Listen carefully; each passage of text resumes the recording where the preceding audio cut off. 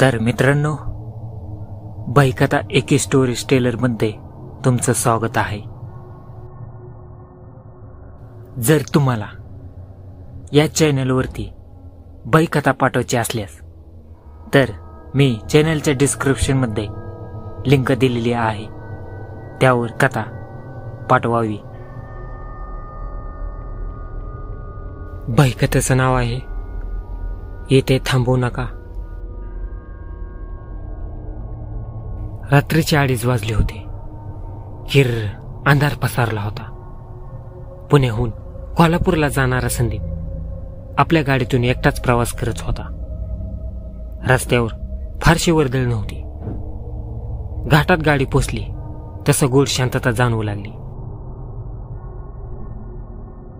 रस्त्याच्या कडेला एक जुना फलक लागला, येथे थांबू नका.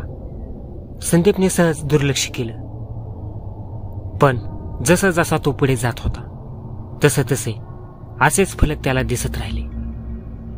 येथे थांबू नका, थांबलात तर जीव धोक्यात येईल. तो थोडा अस्वस्थ झाला, पण भीती दाखवत नव्हता. अचानक त्याच्या गाडीच्या समोर एक पांढऱ्या साडीतील बाई उभी राहिली. तिचा चेहरा स्पष्ट दिसत नव्हता, पण केस विस्कटलेले आणि हालचाल अनकलनीय होती. घाबरून संदीपने जोरात ब्रेक दाबला. गाडी थांबताच बाई जोरात ओरडली, मी तुला इशारा दिला होता, आता तुला काहीही करून थांबवता येणार नाही.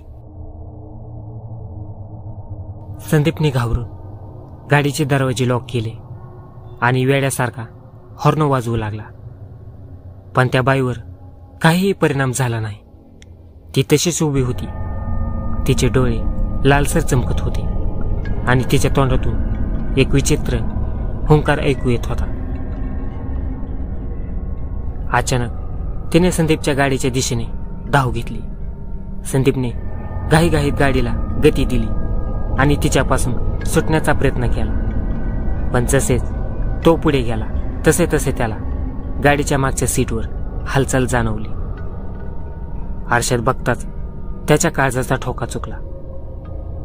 तीच पांढऱ्या साडीतील बाई मागच्या सीटवर बसली होती. ती हळूहळू पुढे झुकत होती आणि संदीपच्या कानाजवळ कुजबुजत होती. मी तुला आधीच सांगितलं होतं, थांबवू नकोस. संदीपने भीतीने थरथरत गाडीचा वेग वाढवला. आता त्याला काहीच सुचत नव्हतं. अचानक समोरून एक ट्रक येत असल्याचं त्याला दिसलं. ट्रक अगदी जवळ येत होता. धडाम! एक मोठा अपघात झाला आणि सगळीकडे काळोख पसरला. ट्रकची मोठी धडक बसताच संदीपची गाडी रस्त्याच्या कड्याला जोरात आदळली आणि डोळ्यासमोर काळोख दाटला. काही वेळाने संदीप शिद्धीवर आला. गाडी उलटलेली होती, काचा फुटलेल्या होत्या, पण तो अजूनही जिवंत होता. त्याने कसाबसा बेल्ट सोडला आणि गाडीतून बाहेर पडला. रस्त्यावर एकही वाहन नव्हतं. संपूर्ण परिसर निर्जन आणि गूढ शांत होता. संदीपने आजूबाजूला पाहिलं आणि अचानक त्याच्या हृदयाचा ठोका चुकला. रस्त्याच्या कडेला तोच फलक पडलेला होता, येथे थांबू नका. तो मागे वळून गाडीच्या दिशेने पळाला, पण त्याच्या पायाखाली जमिनीवर काहीतरी हलतंय असं वाटलं. त्याने खाली पाहिलं आणि त्याच्या तोंडातून जोरात किंकाळी निघाली. तीच पांढऱ्या साडीतील बाई त्याच्या पायाला घट्ट पकडून होती. तिचे डोळे खोल खड्ड्यासारखे काळे झाले होते आणि तिच्या तोंडातून विचित्र हसू येत होतं. ती फुसफुसली, मी तुला सांगितलं होतं ना, आता कुठेही जाऊ शकत नाहीस. संदीप जोरात ओरडला आणि त्याच्या तोंडून एकही आवाज बाहेर पडला नाही. अचानक एक थंड सावली त्याच्यावर झेपावली आणि संपूर्ण जग अंधारात बुडालं.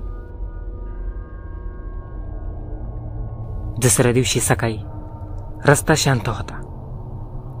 काही प्रवासी तिथे थांबले आणि एका माणसाने ओरडून बाकीच्यांना बोलावलं. येथे कुणीतरी अपघात झालाय, पण माणूस कुठेच दिसत नाही. फक्त संदीपची गाडी होती, रिकामी आणि बेसूर शांत. आणि त्या गाडीच्या काचेवर एक रक्ताने लिहिलेला संदेश होता, येथे थांबू नका.